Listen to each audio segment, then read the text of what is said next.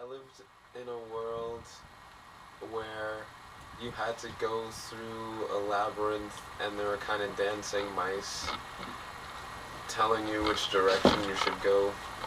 Now, what did this labyrinth look like? Looked like a hospital. Like a mix between, and this was a dream, by the way. Okay. This was, yeah, because that's the only other world I've lived in. And, yeah, and it looked like hobbits lived there.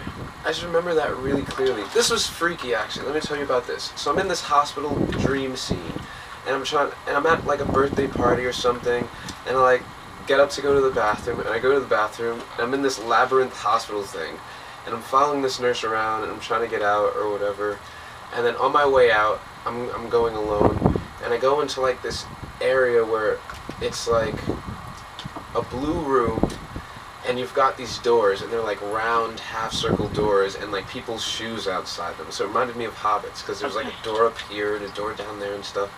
So I'm like, this is weird. I gotta find my way out of here. So I go out, and then I see a tiny little door, and then like these like cartoon-looking mice. I don't know if you've ever seen March of the Wooden Soldiers. I have not. Okay, but in March of the Wooden Soldiers, there's like, it's like obviously midgets in mice costumes, in like really crappy Mickey Mouse costumes, and they're dancing around and stuff. So I see that same thing almost, like little tiny mice dancing around. And I'm like, hey, do you guys know how to get out of here? And then I get this weird feeling. It was like that feeling that I get usually when I'm on acid or something, or really high on weed, and I just woke up. Yeah. What's the feeling you have when you're on acid? Tingly and awesome, and kind of like when you put your tongue on a 9-volt battery, like that. Doesn't that usually taste bad?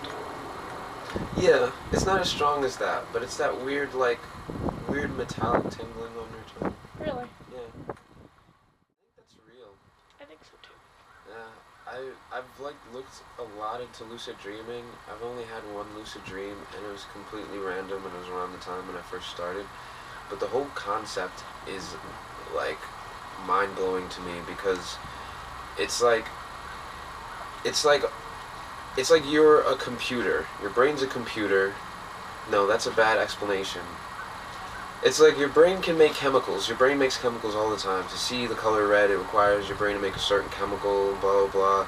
And to feel anxious, you need a certain chemical. To feel happy, you need a certain chemical. And like acid and pot and coke and speed and heroin, all those are made by your brain naturally.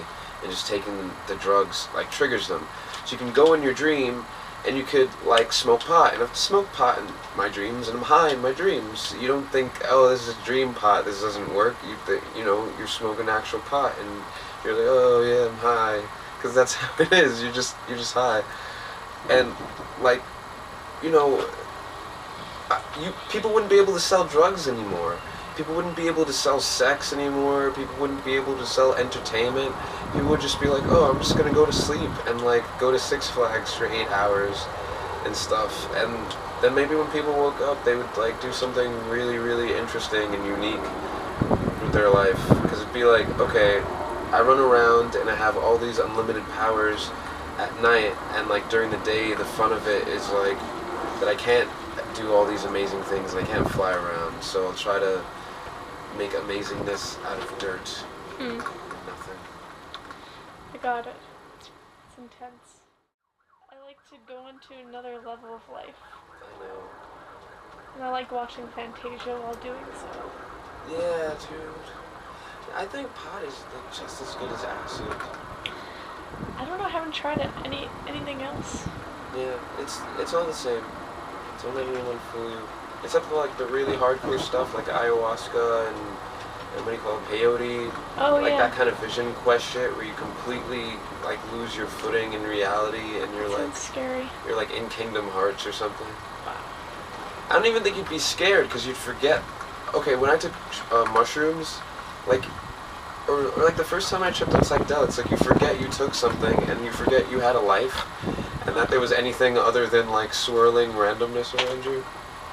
So you don't get scared, you just get like surprised and amazed. So it sounds kind of scary. Yeah. I don't know. I heard that if you do shrooms that you like you kind of have like an epiphany that nothing matters. But who hasn't had that epiphany already?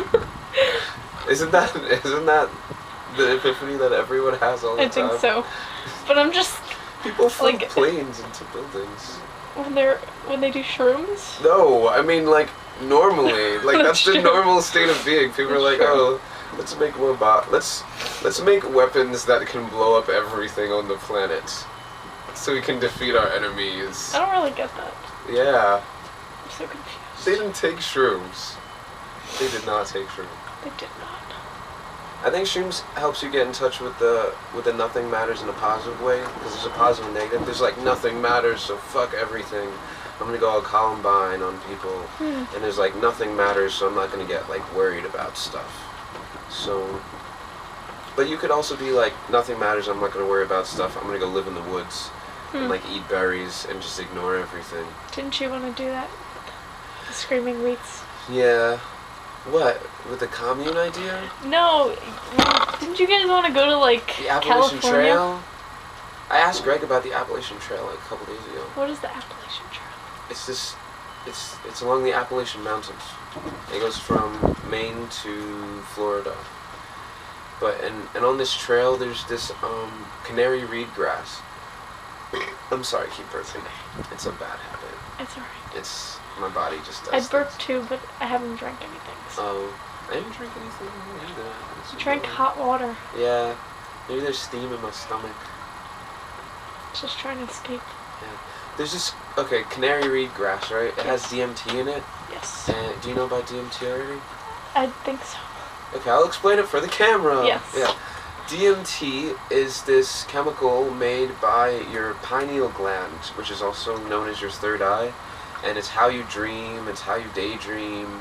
It's in like everything. It's like in every plant. Like if you were to just like cut your lawn and collect all the grass and do a DMT extraction method, you need like a ton of grass. You could get DMT out of there and you could smoke it, or well, you'd have to smoke it. And yeah, it's just this natural chemical made by your brain. But on this Appalachian Trail, they have canary reed grass and it has high amounts of it in there. So you get a bunch of that, you cook it up, and you can make ayahuasca, which is basically DMT soup, but it's usually made from the ayahuasca vine and made in shaman.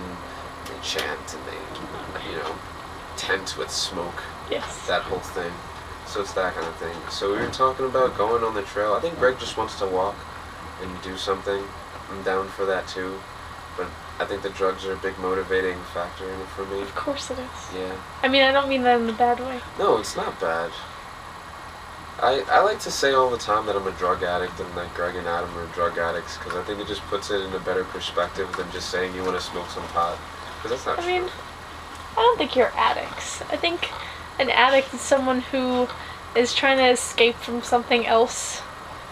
Like, their life is so bad. There is an element of it in there. But I think it's more like you want to escape from the world but learn something more.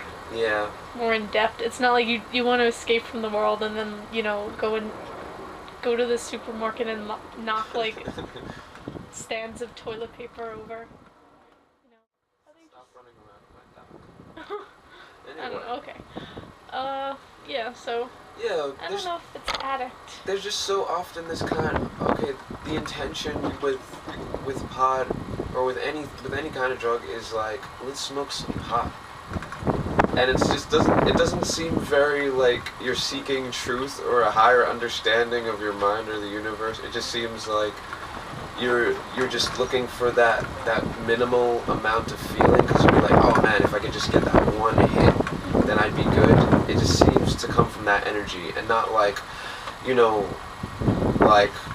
like you roll the joints with sacred music on and you're like chanting while you do it, and then you bow to the joint, and then that would have a different feel to it. It would. I feel like that's what people did maybe in India when people were smoking massive amounts of weed.